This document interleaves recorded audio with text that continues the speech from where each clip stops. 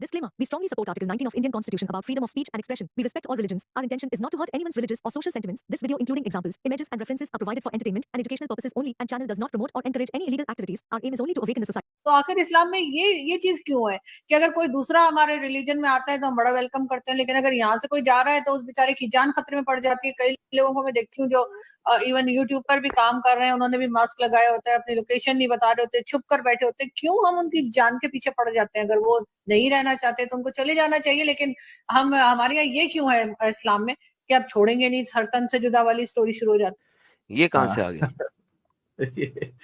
ये आरजू जी के साथ इसका स्ट्रीम हुआ है, पीएम मोदी दोबारा भगवान का होता है।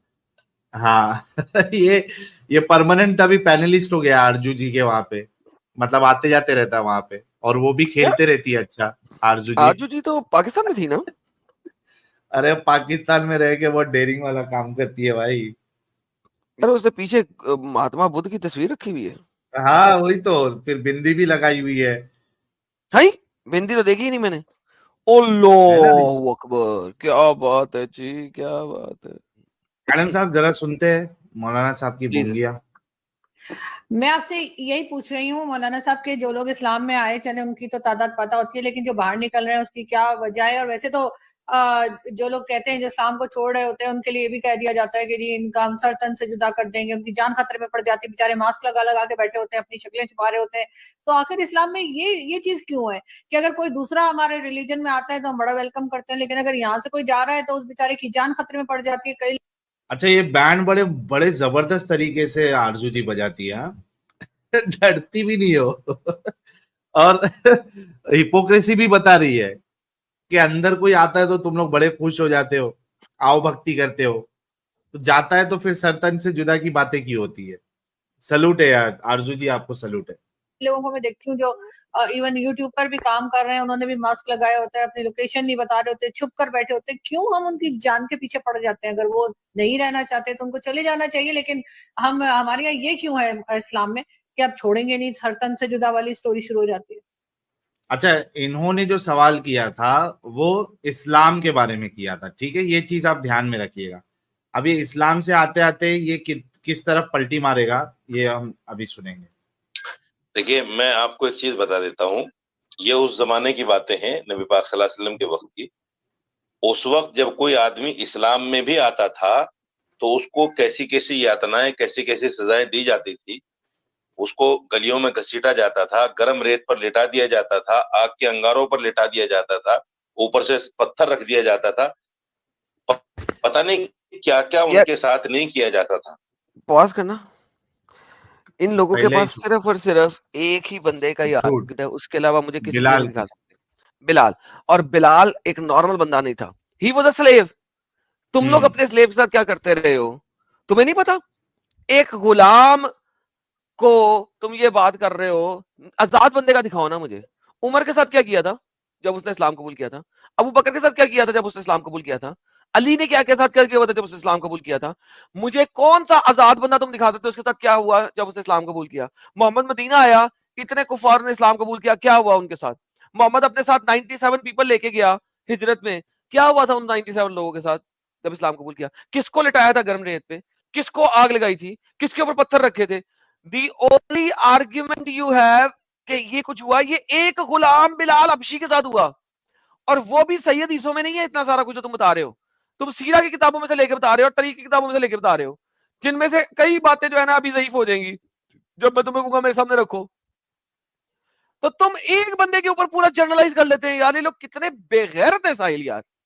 अच्छा, इसमें भी देखो, ये तो आपने अपने तरीके से इसको डिबंक किया है। अच्छा, दूसरी बात कि ये वो जमाने का था भाई, ये आपने कैसे तय किया कि ये वो जमाने का पार्ट था, हिस्सा था इस्लाम का, अब ये हिस्सा नहीं है तुम्हारी? तो ये खुद जो है वो मुकल्लिद है, ये हनफी होगा, ये खुद फिका को मानने वाला है, तो इसकी फिका में भी तो, मौलाना साहब की फिका में भी तो मुर्तद की सजा मौत है। ये क्यों तुम लोगों को धोखा देते हो कि उस जमाने की सजा थी?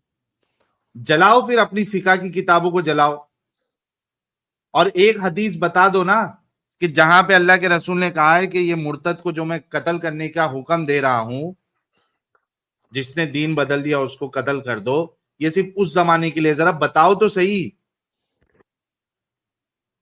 कितना झूठ बोलते हो। एक पॉइंट ये है ही धोखेबाज और मक्कार मौलवी है, ये एक नंबर का। दूसरा पॉइंट, अगर कोई इस्लाम में अगर कोई आ रहा है for the sake of argument, चलो मान लिए जुल्म, for the sake of argument, अगर कोई आ रहा है और उसको कोई प्रताड़ित कर रहा है, उसको उसके ऊपर जुल्म कर रहा है, तो क्या आपको लाइसेंस मिल जाता है क्या? आपका कोई छोड़े तो आप उसके पीछे पड़ जाए, उसके साथ जुल्म करे? ये कौन सा आर्ग्यूमेंट है? मतलब कोई अंदर आ रहा था तो उनके लोग कर रहे थे, चूंकि उसने अपना छोड़ दिया था, तो हमारा कोई छोड़ेगा तो हम भी उसके ऊपर जुल्म करेंगे, उसको कत्ल ही कर देंगे। क्या भाई, कैसे आर्ग्यूमेंट तुम लोग बैठ के देते हो चैनल्स पे? तुमको शर्म भी नहीं आती कि कितने भद्दे से आर्ग्यूमेंट है तुम्हारे? आगे देखते हैं। ये सब कुछ उस वक्त में भी हुआ है, और आज भी जो आदमी मुसलमान हो जाता है तो उसके जो घर वाले हैं उसको एक्सेप्ट नहीं करते, उसकी जायदाद में से उसको बेदखल कर देते हैं। और कौन बेदखल करता भाई? एक सेकंड जी, एक सेकंड सर, कंटिन्यू करना थोड़ा सा। और तरह तरह से उसको भी सजाएं मिलती है, मार पिटाई भी होती है, यहाँ भी होता है आज भी। बस लेकिन देखिए, ओके सैल साहब, अभी आपने कहा था ना लेट्स अज्यूम, मैं भी अब ये कहता हूँ लेट्स अज्यूम। कैसा होता है? अब एक कत्ल साले, कत्ल तो फिर नहीं होता, कत्ल तो फिर भी नहीं होता, यक इंसान कत्ल तो फिर भी नहीं होता, वो जिंदा तो रहता है, जायदाद में से हिस्सा नहीं ना मिलता, जिंदा तो फिर भी लेता है, नहीं लेता जायदाद में, लो पुट लो जो पुटने, मुझे मुझे जीने का हक दिलवा दो, मुझे नहीं चाहिए जायदाद में से हिस्सा, जीने का हक दिलवाओ। लाइक तुम लोग इतने बेगैरत और हरामी हो, जर्नलाइज स्टेटमेंट कर रहे हो। साहिल साहब, मैंने तो आज तक नहीं देखा कि किसी क्रिश्चियन ने अपना मजहब छोड़ा हो और तमाम घर वाले उसको कहें तुम्हारा जायदाद में ऐसा नहीं है, तुमने हम बात नहीं करेंगे, ये नहीं करेंगे, वो नहीं करेंगे। झूठा है। लेट्स अज्यूम कि कोई एक आधा मॉर्मन टाइप का दल्ला होगा जिसने ऑब्वियसली सारा मॉर्मनिज्म सारा इस्लाम से लिया गया है, हो सकता है किसी ने कहा, तो that's not generic statement. Once again this is a non generic issue, तुम उसको वंस अगेन उठा रहे हो। इट इज स्टूपिडिटी की इंतहा है यार इन लोगों की, यार बगैरती खत्म है।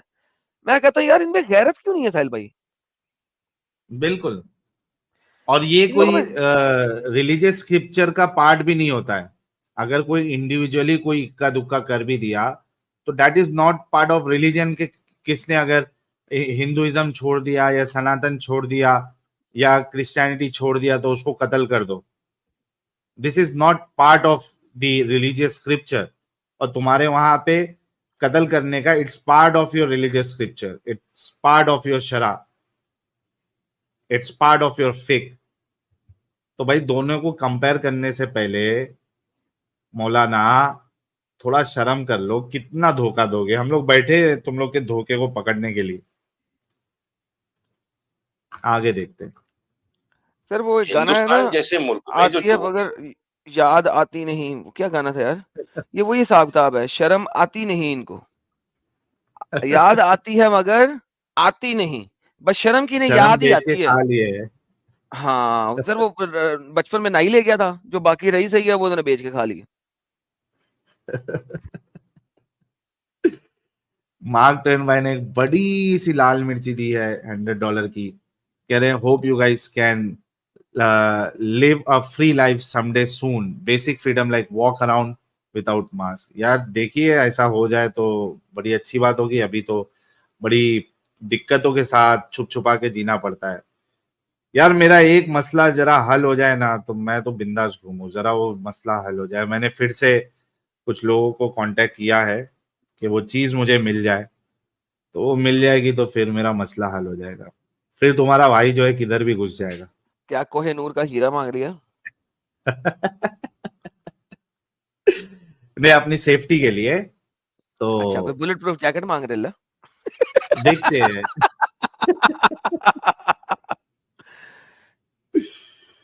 आगे बढ़ते हैं। पूरी मुल्क है, किसी को किसी के लिए सजा देने का अधिकार नहीं है। हाँ, अब ये इस्लाम से आ गया जमहूरी मुल्क पे। एडम साहब, मैंने बोला था ना स्विच मारेगा, ये देखो। लेकिन देखिए, हिंदुस्तान जैसे मुल्क में जो जमहूरी मुल्क है, किसी को किसी के लिए सजा देने का, भाई तुमसे सवाल जमहूरी मुल्क के कानून का पूछा ही नहीं था मौलाना, तुमसे इस्लाम का पूछा था। अधिकार नहीं है। अगर कोई आदमी मुसलमान से भी फिर जाता है, इस्लाम से भी फिर जाता है और वो मुर्तद हो जाता है तो हो जाए। यहाँ वो सजाएं नहीं है, क्योंकि इस्लामी हुकूमत नहीं है। इस्लामी हुकूमत में मुर्तद की जो सजा है वो अपनी जगह है।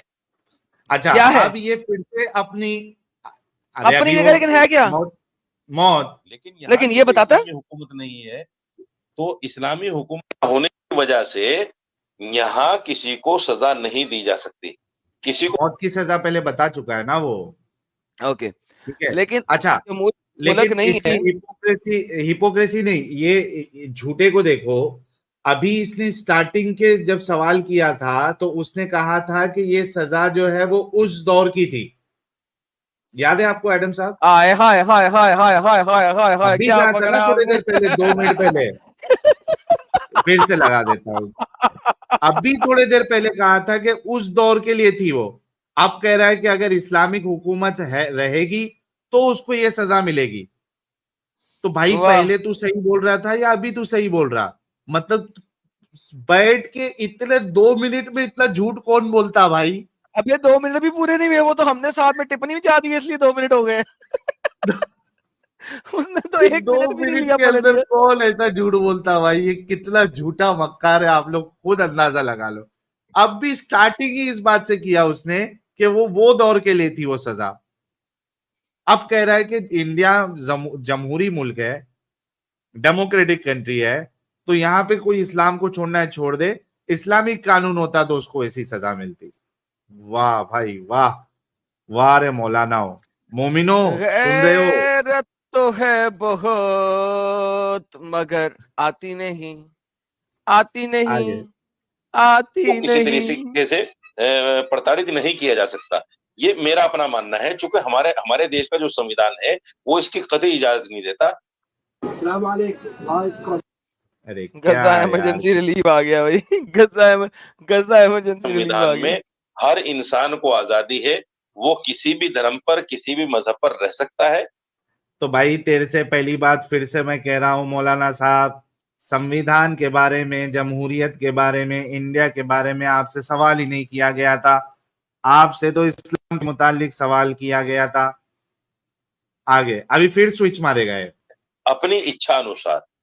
इसलिए जो लोग किसी को धर्म से जाने पर यातनाएं देते हैं, तकलीफें देते हैं, मैं समझता हूं वो संविधान के खिलाफ है, वो मुल्क के खिलाफ है। उनको ऐसा नहीं करना चाहिए। नहीं, इसके आगे कहने तो से वो सुनो। बाज आ जाएंगे। बाज नहीं आएंगे, सही बात है।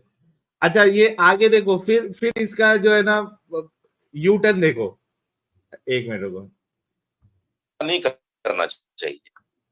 ये आजादी है। जब कुरान ये कहता है ला इकराह फिद्दीन, दीन में कोई जबरदस्ती नहीं है, तो फिर हम कौन होते हैं उसको जबरदस्ती वापस लाने वाले? का बच्चा दल्ला।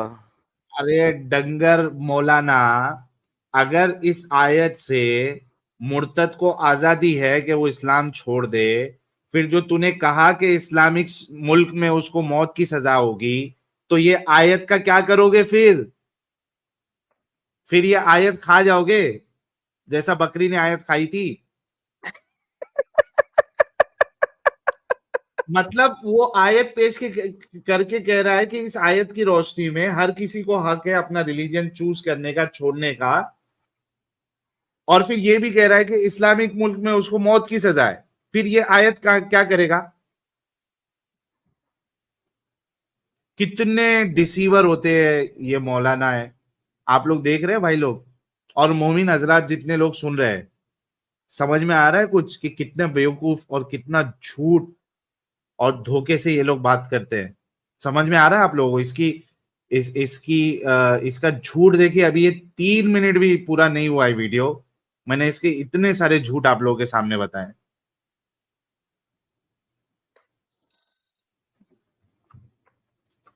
आगे उसको जबरदस्ती दीन में लाने वाले, कुरान ने मना कर दिया उसको। तो जो लोग नहीं जानते या कुरान पर अमल नहीं करना चाहते या इस्लाम की शक्ल को दूसरों की नजर में गलत पेश करना चाहते हैं, वो इस तरह की हरकतें करते हैं। नहीं तो मतलब आपके नबी भी कुरान को नहीं जानते थे, आपके नबी को आपका याद नहीं शरिया, था ला इकराह फिद आपकी दीन, इस्लामिक गवर्नमेंट भी नहीं जानती थी जानती आपकी है। इस्लामिक गवर्नमेंट, आपके फकीह, आपके मुज्तहिद ये भी नहीं जानते थे कि कुरान ने तो जबरदस्ती करने से मना किया है, आजादी दी है ला इकराह फिद दीन।